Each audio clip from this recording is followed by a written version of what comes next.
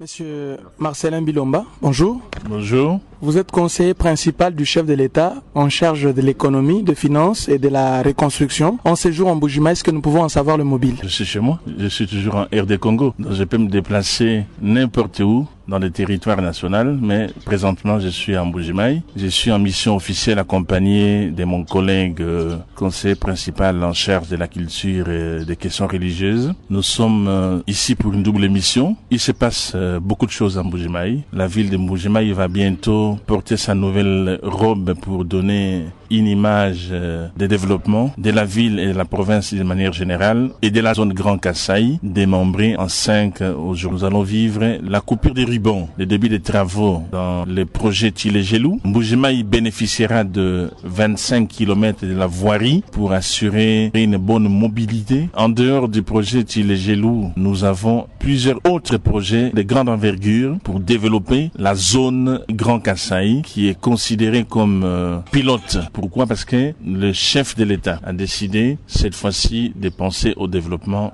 de nos différentes provinces. Nous commençons par la zone Grand Kasaï. Nous avons dans cette zone pilote un certain nombre de projets intégrateurs qui nous amènent vers le développement. Les premiers projets seraient de relier Mbuji-Mayi à Kananga. C'est une linéaire de 186 km, plus ou moins. Tous les projets que je citerai, nous avons trouvé le financement de l'ordre de 411 millions de dollars. Les banques égyptiennes en syndication ont levé des fonds parce que nous avons montré que les études sont faites pour tous les projets. On a travaillé durant 1 an pour cela. Le deuxième projet en dehors de la route Mbuji-Mayi-Kananga, nous avons le port de Domba pour assurer une connectivité entre l'espace Grand Kasaï et Kinshasa pour échange de produits manufacturés qui pourront partir de Kinshasa venant de l'extérieur ou produits à Kinshasa pour inonder les marchés Grand Kasaï. Évidemment, au retour, pour assurer l'alimentation ou la fourniture en produits agricoles de l'espace Grand Kasaï pour Kinshasa. Donc, ce serait le port de Domba. Domba est situé à 27 km sur la RN1 qui relie Mbuji-Mayi à Kananga. Cette route à 27 km, elle sera érigée.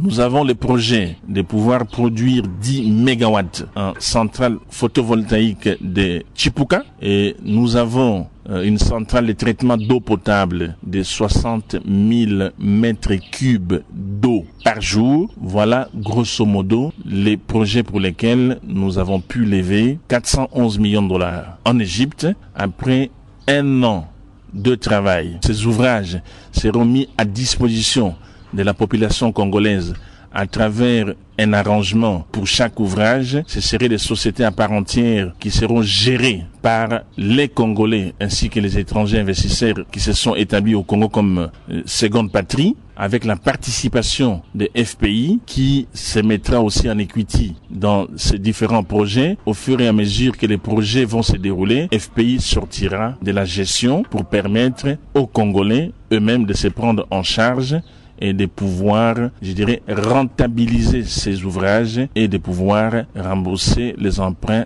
contractés. C'est dans l'esprit du chef de l'État. Dans sa vision de leadership visionnaire, il veut créer de la richesse, il veut créer des millionnaires congolais. C'est pourquoi on offre tout ceci. On offre tout ceci. J'ajoute un aspect à Chipuka, par exemple, quand nous allons développer les 10 mégawatts, il serait question de pouvoir développer une zone industrielle, pôle, je dirais, d'activité à Chipuka sur un terrain de 200 hectares pour permettre aux différentes manufactures de s'installer à Chipuka et de consommer les 10 mégawatts qui seront produits. Ça pourrait transformer les produits agricoles qui sortiraient des Grands Kasaï, les transformer pour créer des valeurs ajoutées. Ça créerait des emplois, ça crée des richesses et c'est ça le développement de la province. On a eu la réunion avec le gouverneur de la province du Kasaï oriental, Jean Maweja, pour régler certains détails afin de programmer le lancement des travaux, ce qui est prévu aux alentours du 22 avril, parce qu'il nous faudrait au moins 3 semaines, fixer la date en avance, pour permettre à tous ceux qui vont intervenir de pouvoir joindre Mbuji-Mayi et assurer l'accueil du chef de l'État. Depuis 2 ans qu'il est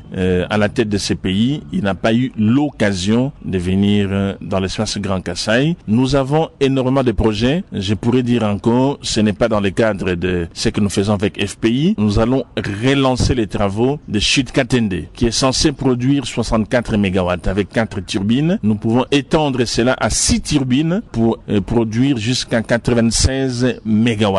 Ça permettrait d'alimenter Kananga, d'alimenter également Mbujimayi, c'est-à-dire on terminerait les travaux de génie civil, on terminerait les travaux du transport et de la distribution. Et la gestion de tout ceci se ferait dans un cadre de contrat de concession, puisque nous avons levé des fonds à l'international et avec la participation des Congolais qui viendront se joindre une fois l'exploitation va commencer. Tout ceci permettrait aux uns aux autres opérateurs économiques de pouvoir s'approprier de tous ces projets de développement et évidemment de créer de la richesse, de créer des riches millionnaires congolais, parce qu'on aura des ouvrages qui pourront, je dirais, faire la fierté du Grand Kasaï. Voilà pour ce qui concerne le Grand Kasaï. Les projets ne s'arrêtent pas à Grand Kasaï. Bon. Monsieur le conseiller, comment vous avez trouvé votre province et quel sera le grand message que vous allez apporter auprès du chef de l'État? Depuis que le chef de l'État a pris le contrôle de notre pays, depuis que le gouverneur Jean Maweja est à la tête du Kasaï oriental,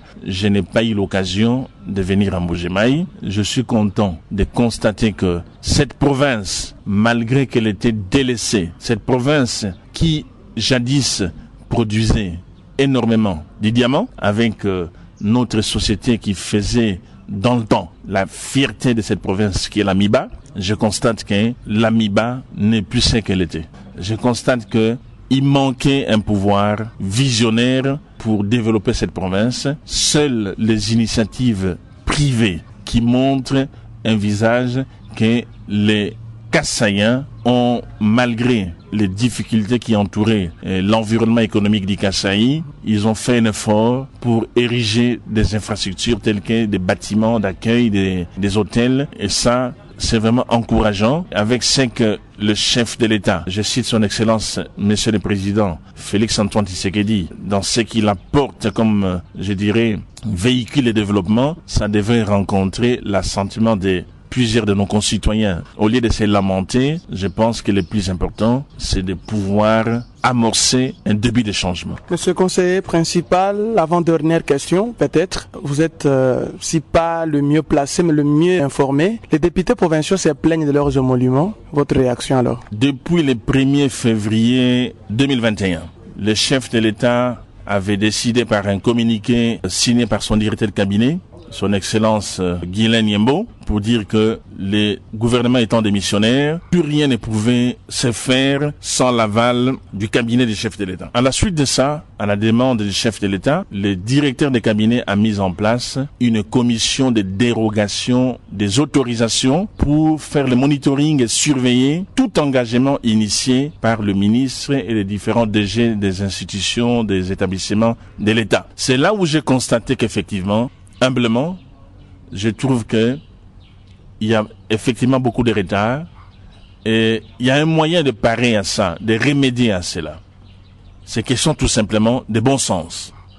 Quand les provinces participent par les efforts qui sont fournis depuis la province à travers les taxes qui sont orientées vers le trésor public, au moment de niveler les comptes généraux du trésor, à mon humble avis, il faudrait, une fois on crédite les comptes du trésor, on doit débiter la quote-part qui doit être reversée en termes de rétrocession aux régies financières et aux provinces dans un sous-compte que j'appelle sous-compte rétrocession.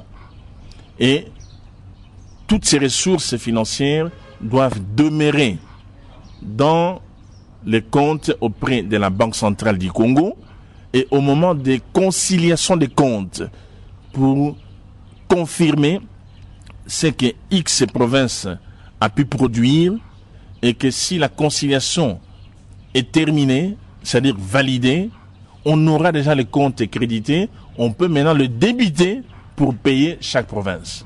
Malheureusement, ce qui se passe, c'est quoi? On met le tout dans les comptes du Trésor et on pense que la RD Congo se résume à 9900 km². Ça veut dire Kinshasa.